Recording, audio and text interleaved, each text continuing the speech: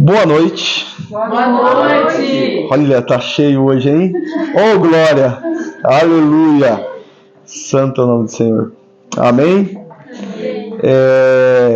A gente está dando sequência, segundo episódio da série Marta e Maria. E hoje nós vamos tratar mãos à obra, certo? Alguém lembra da parte passada? Qual que era o texto-chave? Título-chave? Boa parte. Amém? Nós falamos sobre intimidade, falamos um pouco de coisas que Deus revela para quem Ele tem intimidade.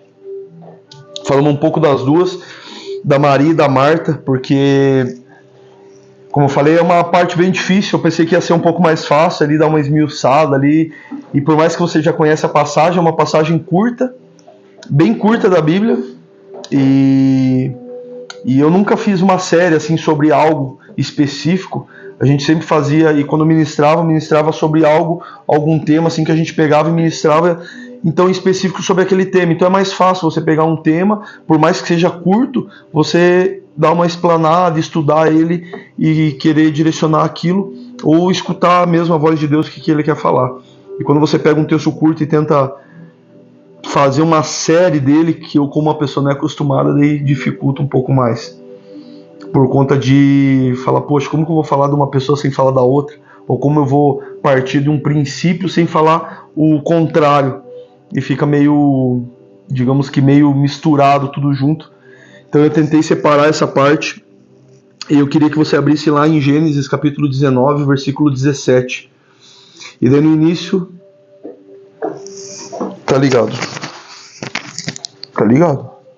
Som, tá ligado? No início vocês vão estar perguntando, e não sei se vocês conhecem, e eu queria que muitos... Se você conhece, você vai levantar a mão direita, se você não conhece, vai levantar a mão esquerda. Quem conhece Ló, ou já ouviu falar de Ló? Mão direita, quem conhece, mão esquerda, quem não conhece. Da estátua de sal, da mulher dele, quem conhece?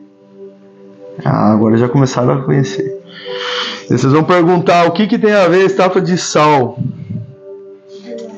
Mas tem muito a ver com no meio do caminho você vai ver que tem muito a ver com a parte de Marta e o que ela viveu naquele momento. E talvez o que levou a ela a viver aquele momento. Amém? Todos atentos? Por favor. Gênesis capítulo 19, versículo 17. Acharam? Gênesis, o primeiro livro da Bíblia, bem fácil de achar. Capítulo 19, versículo 17 diz assim: Quando estavam em segurança fora da cidade, um dos anjos ordenou: corram e salvem-se. Não olhem para trás e nem para o vale. Fujam para as montanhas ou serão destruídos. Certo? Quando Deus me deu essa palavra essa semana, eu fiquei tentando entender o porquê de ministrar ela hoje junto com a parte de Marta. E ele me deu uma palavra bem específica, e quando Deus fala comigo assim, tipo, cara, eu não sinto dúvida, sabe? Em vários aspectos eu tenho pedido direção dele, e quando tem alguma coisa, cara, e isso é o que eu tomo pra minha vida, não tome pra sua, mas é o que eu tomo pra mim, talvez algum dia vai servir pra você. Mas quando você está em dúvida em alguma coisa, você tem alguma coisa assim, não te bate a certeza de que aquilo é aquilo mesmo, se te deu dúvida, não faça. É uma coisa que eu tenho pra mim, e é uma coisa que funciona muito. Então quando eu começo, tipo, poxa, ficar em dúvida, ficar em alguma coisa, cara, a palavra de Deus vem muito certa assim pra mim, e ela vem muito clara, então não tem como eu duvidar e ficar pedindo, mas será que é isso, Deus? E quando Deus falou comigo, ele foi muito claro e muito direto. Porém, eu estava duvidando, não duvidando, mas questionando a ele por que anexar junto com a parte de Maria, de Marta e Maria. Por quê? O porquê? Qual que era o motivo disso? E daí com o tempo eu fui entendendo e ele foi me mostrando. Nessa passagem da Bíblia, se você ler ali, os anjos eles ordenaram a Ló que eles fugissem sem olhar para trás. Largasse tudo. Quando eles falam fugir, se você não conhece muito bem, eu vou explicar basicamente o que aconteceu ali. Sodoma e Gomorra era uma cidade que estava completamente destruída. E não era destruída fisicamente, espiritualmente, moralmente, principalmente moral. A parte moral de Sodoma e Gomorra havia acabado. Eles falam bem assim, como havia acabado? Eles se prostituíam entre eles mesmos, homem com homem, mulher com mulher, filhos, e não tinha acepção de pessoas. Era tudo misturado, tudo. E daí quando você fala bem assim, nossa, mas existia? Existia. Mais ou menos o que a gente vive em umas partes aí do Brasil e do mundo, né? Só que aquela iniquidade chegou à presença do Senhor e ele falou que ia destruir. Em algum momento havia a família de Ló, que eles não se contaminaram. Junto com ele a mulher e suas filhas. E foi enviado anjos. Estou resumindo basicamente, depois você lê, se você não conhece. Foi enviado anjos e para salvarem eles de lá, daquele povo. Para você ter uma ideia da perversidade do local, do momento ali, da cidade em que se encontrava quando os anjos apareceram. Eles não apareceram em forma de anjos, apareceram em forma de homens. E quando entraram os homens na cidade, as pessoas queriam aqueles homens para manter relações sexuais com os homens, sendo que elas nem conheciam eles. Ló trouxe eles para dentro e falou bem assim, não, eles vocês não vão tocar, mas eu dou as minhas filhas para vocês. Mas isso não aconteceu. Eles queriam arrombar a casa de Ló. Então, tipo assim, houve um burburinho e digamos que uma pressão grande ali sobre isso. E nesse resumo, se eu não me engano, foi de madrugada, eles saíram e Deus ordenou que eles fossem até uma cidade, até os montes, que ia ser destruído, mas Ló falou que não ia chegar a tempo, então eles falaram até uma cidade, que eu esqueci o nome agora, que muda depois o nome, Zorá, alguma coisa assim. E daí eles destroem a cidade. Só que a ordem dos anjos era, não olhe para trás, só saia. Saia de tudo sem olhar nada para trás. E quando o Senhor me deu essa palavra, ele falou bem assim, não olhe para trás. Não perca tempo olhando para as coisas do passado. Não perca tempo olhando para o que já passou. Larga tudo e vai para frente. Ah, mas é para mim largar as coisas? Eu não estou falando fisicamente, estou falando espiritualmente. Tem que ser bem claro, porque senão começa a trazer problemas. Não olhe para as coisas que ficaram para trás. Não olhe para as coisas que te magoaram, que te machucaram. Não olhe para as coisas que talvez te trouxeram alguma mágoa para trás. Foi isso especificamente que ele falou para mim. Os anjos falaram, pega as tuas coisas e suma, vaza. Não fica olhando para trás. E a partir do momento que a mulher olha para trás, no versículo mais para frente, ela se transforma em uma estátua de sal. A desobediência dela fez ela se transformar em estátua de sal. Fez ela acabar com a vida dela. Completamente destruir. Por conta de uma desobediência. Ah, mas se eu ficar pensando muito no passado vai me destruir a minha vida? Não instantaneamente. Não como se fosse uma estátua de sal. Não como se fosse algo que destruísse. Ah, vai cair um raio e vai matar você.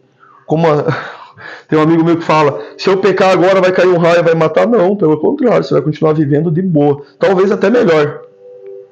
Talvez até melhor do que você vivesse dentro da igreja. Vivesse dentro da igreja. Nossa, mas a verdade é, porque o pecado ele é bom, não é ruim. O pecado é gostoso. Se o pecado fosse ruim, ninguém cometia. Só que a consequência do pecado é ruim. O que vem depois do pecado é ruim. Uma hora a conta chega. E ela vai chegar pesada. Quando ela vira estátua de sal, a vida dela acabou ali. E eu creio que houve uma dor ali entre o marido e as filhas, porque era a mãe deles. E ela tinha salvação e eles a amavam. Mas ela morreu, ela acabou. A vida dela encerrou ali. O problema de nós olharmos para trás no passado, foi por isso que eu questionei Deus, porque eu falei, Deus, por quê? Por que isso? Daí você fala bem assim, ah, Leandro, é fácil para você falar. Cara, eu sou o cara que mais olha para o passado. Eu sou o cara que mais lembra das coisas. Eu lembro de coisas quando eu tinha 4, 5 anos de idade. Então, tipo, essa palavra, principalmente antes de chegar para vocês, é para mim, cara. Não é para vocês, é para mim também. Porque eu lembro de coisas que, quando eu era pequeno, tanto de alegre quanto de feliz. Quanto que me deixaram feliz, quanto que me deixaram triste. E o que eu mais queria, voltar no tempo, e eu fazia diferente. E eu conversando essa semana com a Fran, eu falei assim, a gente fala em voltar no tempo e fazer diferente. Mas hoje a gente está vivendo o presente. Imagine o presente agora, você vivendo. Daqui a 2, 3 meses você fala, nossa, se eu voltasse naquele dia eu ia fazer diferente. Por que você não faz diferente a partir de hoje, então? A gente não tem o poder de mudar o passado. Não tem o poder. A gente tem o poder de mudar o futuro. De talvez fazer um futuro melhor. E daí você vive o máximo intensamente e daí chega lá na frente e fala bem assim, nossa, eu queria voltar e fazer. Não, cara, você viveu certo. O engraçado é que o ser humano nunca está feliz, nunca está contente com aquilo. Ele sempre quer algo mais ou quer transformar algo. Por mais que ele viva intensamente, por mais que ele viva o melhor momento, ele quer transformar algo. Então, se você for viver, viva bem. Não viva ruim. Não viva pro lado fácil das coisas. Que é o lado, vamos dizer assim, que o lado fácil, que seria o lado pecaminoso, o lado que nos agrada e tem o prazer momentâneo. E quando Deus falou comigo, ele foi bem claro. Ele falou bem assim, o que está roubando os seus olhos, a sua mente, os seus sonhos? Porque quando a gente começa a olhar muito para o passado, ele começa a minar todos o nosso presente e o nosso futuro. E isso é fácil falar para vocês mais jovens, né? Eles falam assim, eu nem olho para o passado, eu nem tive passado direito. Há 5 anos atrás eu tinha 11 anos de idade. Daí fica meio difícil. Mas pra gente fica mais fácil. Com 36 anos, com 40, com 38, com 27, com 30. Olhar para o passado e falar assim, nossa, se eu tivesse voltado naquela época eu ia fazer diferente. Se eu tivesse, que nem um tempo atrás, tudo que você for ligar, sobre financeiramente, sobre trabalho, profissionalmente, sobre estudo, sobre sentimental, tudo. Sobre filho, sobre tudo. Tudo que você vai voltar, você fala, nossa, eu ia fazer diferente. Nossa, eu ia fazer daquele jeito. Nossa, eu ia fazer assim. E se tivesse feito, você estaria onde estaria hoje? Muito provavelmente não. Talvez pior, talvez melhor. Mas a nossa vida é feita de escolhas. E isso, como eu falei no começo, o pecado é bom, porém o retorno não é tão bom assim quanto ele é. E a nossa vida é feita de escolhas. O que você está escolhendo hoje para poder plantar lá na frente? E lembrando de Marta, toda vez que eu lembro de Marta, eu lembro ela afoita dentro de casa procurando, igual da mulher da dracma, mas ela procurando algo e, sei lá, os afazeres, as coisas. Talvez ela estava presa no passado, assoberbada com as coisas, preocupada, esquecendo que o Senhor estava ali do lado, e ela procurando que nem doida, e talvez olhando tudo que ela tinha vivido e falando, meu Deus, por que eu não arrumei a casa antes? Por que eu não fiz isso antes? Ou talvez nem era questão de casa, cara. Talvez nem era fisicamente, talvez aquilo ali era um refúgio para ela. Talvez é um refúgio para você, que você está procurando algo e se refugiando em algo que você, sei lá, você está ali apegado a tanto aquilo e não consegue largar, e é um refúgio teu. Uma vez eu escutei assim, não tire se você vê um adolescente com uma blusa embaixo de um sol, não tire dele, é como se fosse um cobertor, um refúgio para ele. E você vê vários adolescentes com uma coberta embaixo do sol, um moletom embaixo do sol. E aquilo é como se fosse um refúgio. Qual que é teu refúgio? O que você tem se refugiado? Qual que é a tua desculpa? Eu tenho várias desculpas. E não sou eu que eu quero saber. É o Senhor. Não é o Leandro que está perguntando. Onde está o seu área de escape, o seu refúgio ali, que você fala bem assim, é isso. Senhor, é por conta disso que eu não consigo. É por conta daquilo que eu sofri no passado. É por conta disso que me machucaram. É por conta daquilo que me magoaram, que falaram que eu era isso, que eu não era nada, que eu era aquilo. Cara, Jesus já libertou a gente. Já está liberto. E eu vou falar porque eu muitas vezes me pego usando isso. Eu me pego falando, não, mas foi por conta disso. Mentira. É porque eu quero. Ah, eu vou fazer isso porque fizeram isso comigo. Cara, não existe isso. Não tem isso. Não existe isso. O que Deus falou? Vá e não olhe para trás. Larga tudo. Ah, mas machucaram, perdoou. Então você perdoou. Acabou. Ah, vai ficar mágoa? Vai. Eu tenho um corte aqui, ó. Não dá para ver direito. Trabalhava numa empresa de vidro. Entrei em 2008. Em 2010 eu cortei aqui. Uma bobeira. Fui colocar um vidro assim, ele cortou, abriu aqui. Tem uma cicatriz aqui. Uma semana de trabalho eu fui abrir uma chapa de vidro, ela quebrou e cortou e eu consegui tirar. E tem uma outra aqui também. Aqui, ó. E tem uma aqui na testa. Vivi me cortando, quase me matei. Dói? Não. Mas ficou a cicatriz. Só. O que vai ficar é a cicatriz. E vai curar. Vai passar. Só que às vezes a gente usa as desculpas que machucaram a gente para poder fazer os erros e os pecados que a gente está cometendo. Esse que é o problema. E o problema é que o pecado não mata instantâneo. Isso é o pior de tudo, cara. Porque a gente acha que está tudo bem. A gente acha que está tudo certo. Imagine Jesus ali no canto e você ir lá soberbado. Não, Senhor, mas é por conta disso. Não, mas é por conta daquilo. Cara, e quando me vem assim, e quando eu falo, eu materializo na minha mente as coisas. Eu imagino eu dando uma desculpa das coisas que eu estou cometendo por algo que fizeram para mim, que eu disse que já perdoei. E eu olhando para Jesus e falando, não, Jesus, é por conta... Você sabe, né? Então, é que você sabe o que fizeram comigo. Só que eles conhecem meu coração e eles sabem, cara. Não tem como a gente mentir pro Senhor, velho. Não tem como. Não tem como a gente inventar uma história triste para Deus. Não tem como. Não existe uma história triste para Deus. Inventada. Tem os teus sentimentos. Tem aquilo que você abre o coração e vai e fala. Tá te magoando ainda? É uma coisa que te machuca, então você vai... Cara, você vai se libertar disso. E eu espero que você se liberte disso hoje. Você não sabe o quanto que eu luto. Todos os dias. E não é por uma coisa específica, é por várias coisas. É por várias. E não é por coisas que machucaram. Talvez sim, algumas coisas porque machucaram, outras coisas porque eu deixei de fazer, outras coisas porque eu tomei uma decisão errada, outras coisas porque eu devia ter feito de outra forma, ou como eu falei, ou como eu não falei, ou como eu tratei tal pessoa, ou e se eu fizesse aquilo. E esse se. E daí vão 5, 7, 8 anos no si. E tua vida estagnada, parada. Cara, a gente tem muita coisa pra fazer. Muita coisa. E sabe o que eu... Tem dia que eu fico muito triste, cara, quando eu levanto assim, ó.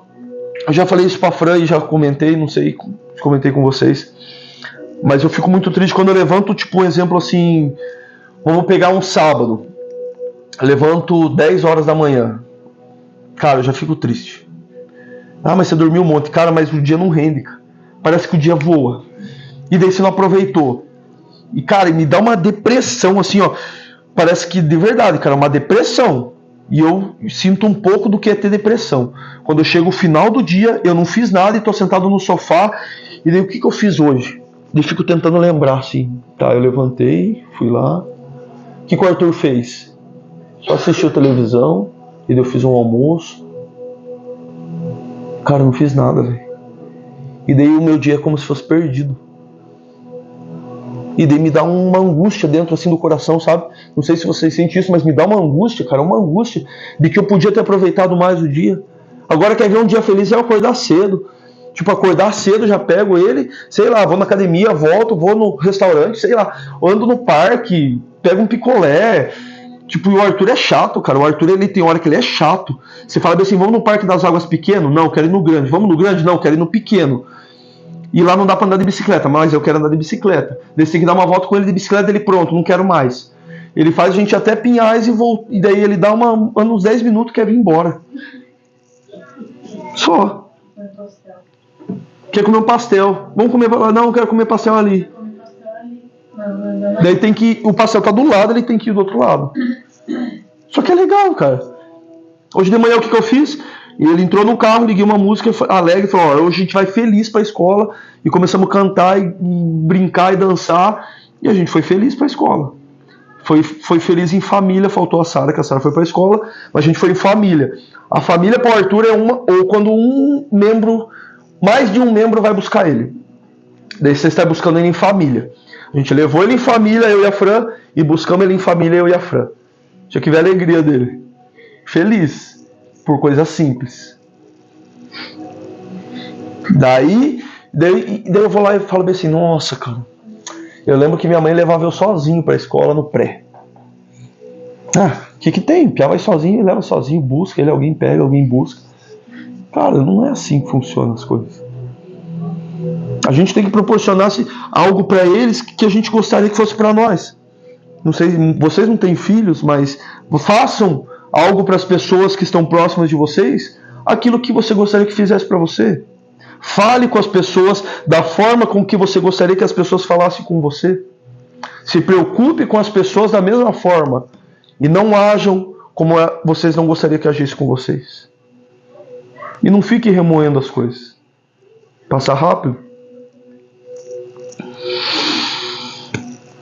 E um dos questionamentos assim, que eu creio que é uma pergunta e não tem a pergunta certa, até tem a resposta certa, mas a resposta, não quero a resposta certa. Eu queria escutar de vocês assim, o que significa para vocês. E não, nossa, eu vou responder, vai estar errado. Não, existe uma resposta certa, mas a resposta agora que eu queria escutar é o que significa. Talvez o que o Senhor quer escutar. O porquê? Mas ele conhece meu coração. Você acabou de falar, Leandro. Você fala umas coisas e depois se contradiz com outras. Vamos lá. Eu estava ali sentado no quarto, terminando de preparar a palavra. Vamos voltar um pouco mais no tempo. Há um mês atrás, mais ou menos uns 5 meses, a Sara quer um tênis para jogar vôlei. E ela tem pedido isso faz tempo. Quero um tênis pra jogar vôlei, Mas você tem tênis, você tá destruindo teu tênis, você tá destruindo da tua mãe, não sei o quê. Não, mas eu quero um tênis pra jogar vôlei e tal, beleza, então você vai comprar. Só que o tênis você joga vôlei, você pega, põe no pé de casa, anda, vai pra escola, daí vai, joga vôlei e volta. Cara, tênis pra jogar vôlei é o tênis pra jogar vôlei. E o outro tênis é pra andar. Senão o tênis não dura, certo? Beleza. Obrigado. Isso há 5 meses atrás. Semana passada, ou essa semana, ela comprou o tênis. A gente convive na mesma casa, a gente conversa bastante, e eu já sabia. Então, há 5 meses eu sabia que ela queria o tênis, e ela comprou o tênis, e o tênis veio. E daí eu soube que o tênis chegou hoje. Não sei onde que estava, mas estava aí. E ela estava com medo que o Max destruísse, porque os caras jogam por cima e o Max ia destruir. O Max é um cachorro que a gente tem, pessoal, beleza? E ele destrói. E daí aconteceu que ela ligou para a Fran, beleza. E eu sabia que o tênis estava aqui, e eu estava voltando para hoje, eu sentado lá terminando a palavra, ela entrou com a caixa dentro do quarto. Eu sabia que era o tênis e eu sabia como que era. O que eu fiz? Vai para lá? Não. Eu não estou me colocando na posição de Deus, nada, mas eu sou pai e ela é filha. Ela falou, pai, posso te mostrar só uma coisinha? Eu falei, pode, eu já sabia o que era e já sabia o que era. Só que eu queria ver a cara dela e ela mostrando. E ela abriu a caixa e mostrou. E me deu na mão, e eu peguei, e era massa, e era leve, e era gostoso. E eu fiquei feliz, porque ela veio compartilhar comigo. E é isso que Deus quer, que você compartilhe com Ele. Por mais que Ele conheça teu coração e saiba. Tanto tempo que você está falando, e ele sabe. O que é fazer a obra do Senhor para você? O que é fazer a obra de Deus para você? Como que é fazer a obra? Calma, um de cada vez. Sem pressa. Eu vou dar uma dica. E geralmente é o que não fazemos. A resposta que você vai dar é a forma com que você não faz. Geralmente. Né? Porque a gente fala o que a gente não faz. É isso aí. Psicologicamente. O que é a obra do Senhor para você? Franciele. O que é fazer a obra do Senhor para você? Acho que... Não, para você. Para mim? Para você. O que é fazer a obra do Senhor para você? Pelo amor de Jesus, das pessoas. passar para as pessoas o amor de Jesus através dos atos, através de uma oração, através de alguma palavra, Certo. ajudar o meu irmão nas suas necessidades, amparar, socorrer. Você faz bolo, né? Se você estiver preocupada e bem estressada, você vai conseguir cobrir um bolo bem? Não. Vai dar errado. Se as coisas do passado começar a prender a gente vai fazer a obra do Senhor tudo errado. Como que a gente vai transparecer para o nosso irmão algo que a gente tem deficiência e usa, talvez, não vou falar como uma muleta, mas talvez como uma desculpa? O que é fazer a obra do Senhor para você, Natália? Eu acho que é você, pelo amor de Deus, por exemplo, você chamar, tem eu amar você mais, eu quero fazer a obra do Senhor. Thaís?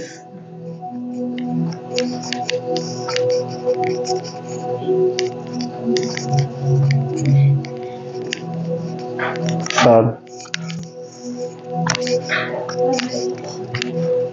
Pra mim, eu fazer a obra do Senhor, o meu jeito é convidar para ir para a igreja. A mãe falou de não parecer, né? De não precisar o amor. Já foi fazendo a obra dele, porque é o jeito que ele trataria a gente. Sara quer falar também, Sara? Sara 2. Sara Maia? A gente tem que cuidar do nosso coisas. Mas eu acho que é o servir. A gente em todo contexto, na vida cotidiana, dentro da igreja, não só dentro da igreja, mas na vida. É na minha condição das coisas. Mais alguém? Quer falar?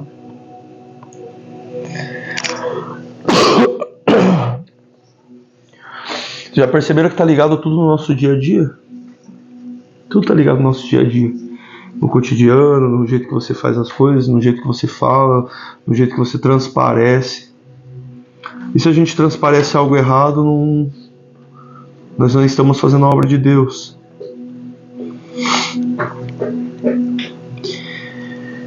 A gente fica preso naquelas coisas que a gente não consegue mudar e nunca vai mudar.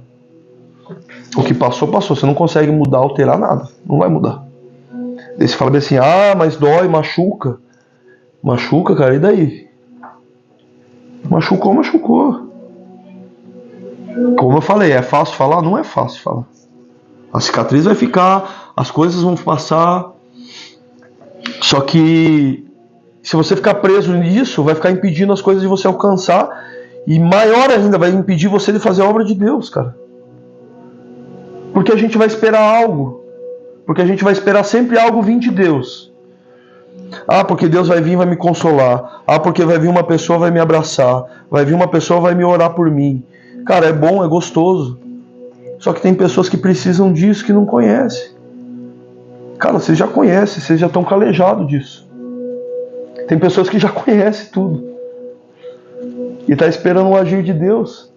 Como a gente falou no começo do louvor. Dê o pontapé inicial, não espere Deus descer, vai em busca dele.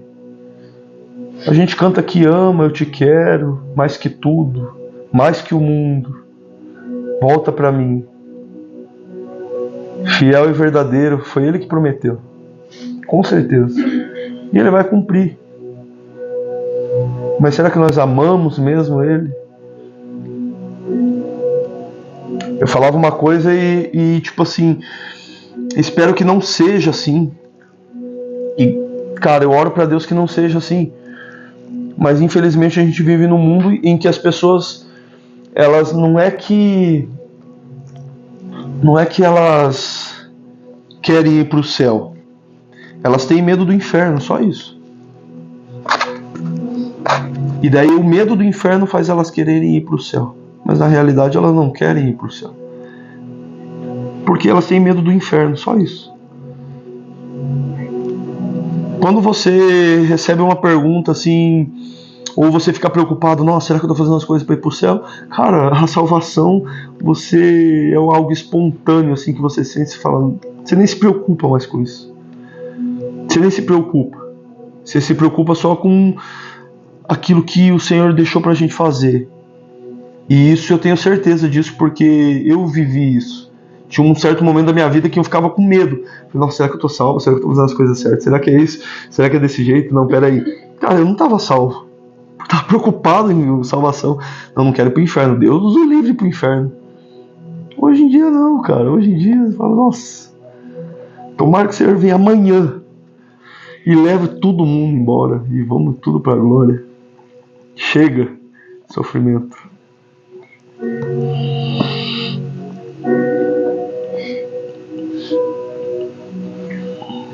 E é isso. Que as coisas do passado não venham nos prender. E assim como Marta, a gente não fica assoberbado com as coisas do passado e do presente. E esqueça de ver Jesus igual a gente comentou na outra vez passada. Às vezes Jesus está ali querendo aliviar a sua pressão, querendo aliviar tudo que você está sentindo, e a gente é assoberbado e preso com as coisas do passado e bem doido. Só que o problema é que a gente não vai virar estátua de sal, a gente vai virar uns robozinhos.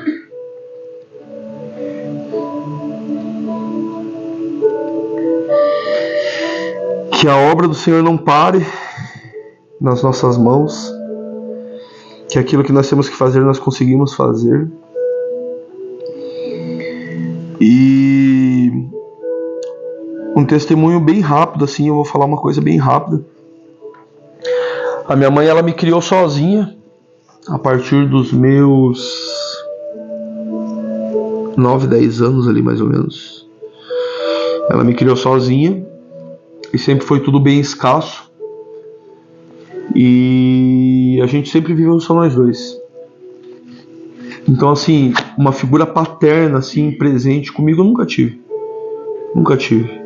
Tipo, de conselhos, aquela coisa, ó, vem aqui, vamos lá, ó, você vai fazer assim, ó, faz dessa forma, ó, escolha essa profissão, ó, estude dessa forma, haja dessa forma, faça isso, não vá por esse caminho. Entendeu? Minha mãe tentava educar do jeito que ela achava que estava certo. Porém, ela tinha outras preocupações também. E isso fez com que uma parte da minha vida me revoltasse, escolhesse um caminho que não foi tão bom assim. E graças a Deus, Deus foi misericordioso. Só que tem um ponto em que todo domingo à noite eu pegava, a gente estava na nossa casa assim, e tem várias coisas boas, não tem coisas ruins. Todo sábado era o dia do lanche, sábado à noite, tem que envolver comida, né? Minha mãe fazia lanche, era uma pizza no forno, era um cachorro quente, e era só eu e ela. Cara, e era legal pra caramba. Nossa, muito legal. E domingo à noite é o que vinha a tristeza. Porque, tipo, cara, dava uma angústia tão grande assim. Você tava à noite assim, poxa, não sei se é a angústia de começar tudo de novo, ou porque minha mãe ia ter que trabalhar, ou porque, sei lá, era uma angústia tão grande. E talvez era uma falta, talvez não, era uma falta de algo que eu não tinha conhecido ainda, que era a presença de Deus, que era o Espírito Santo. E daí aquele sentimento assim, sabe, de angústia, de que tipo assim, cara, e eu falava com minha mãe vinha, me abraçava, e ela sempre, antes ela era católica, então tipo, não tinha esse discernimento, e nós ficávamos ali. Ah, isso quantos anos? Sei lá, acho que uns 12, 13 anos, já era grande já, não era pequeno. Só que filho único, criado com a mãe, e daí depois a gente vai tentando viver a vida conforme a gente acha que é o certo, da maneira com que a gente acha que é o certo. E por que eu estou falando isso? Se fosse para querer voltar no passado e se arrepender de várias coisas, talvez fosse isso. Mas vai mudar e ficar remoendo? Não. Ah, você teve conselho? Não teve. Por isso que eu falo, tipo, quando a gente para dar um conselho, quando vocês têm algum conselho de umas pessoas mais velhas, quanto mais velha a pessoa, mais preste atenção, que ela vai ter mais a ensinar, principalmente se for de Deus. Principalmente.